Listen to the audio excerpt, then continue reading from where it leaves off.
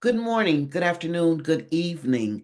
First of all, I'd like to say thank you so much, Professor Parvez, founder of the Independent Perception and Research Hub Educational Research Center. Hi, everyone. I'm Dr. Anita C. Powell, and I'm from USA, Michigan. And my message this morning, afternoon, evening reflects on the SDG 16 piece. There in the 1955, Cy Miller and Jill Jackson wrote a song, and the repeating stanza or the repeating phrase was, "Let there be peace and let it begin with me."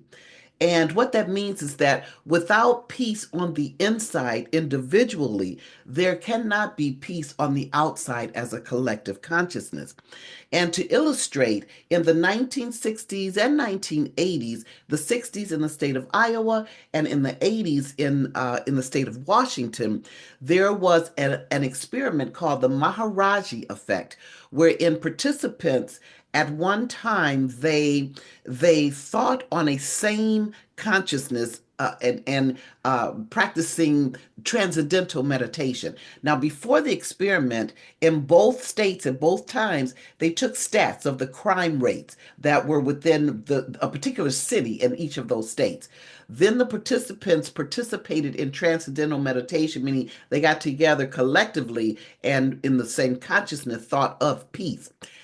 After that experiment, and I think they practiced the transcendental meditation about for a few weeks. After the experiment, then they took stats again, and it was reported that in the 60s and both in the 80s, the crime stats had reduced because of the energy. And it was stated that it was concluded that our consciousness is a field of energy. So, what I'm saying here, as far as peace, in order for us to have peace extrinsically and have an extrinsic action, we must have peace intrinsically, individually. So my question is, do we really want peace?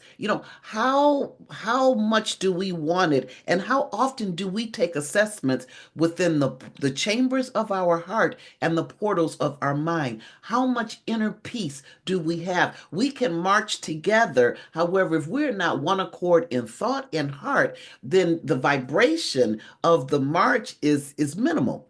So I'm just saying that, yes, you know what? There can be peace in time.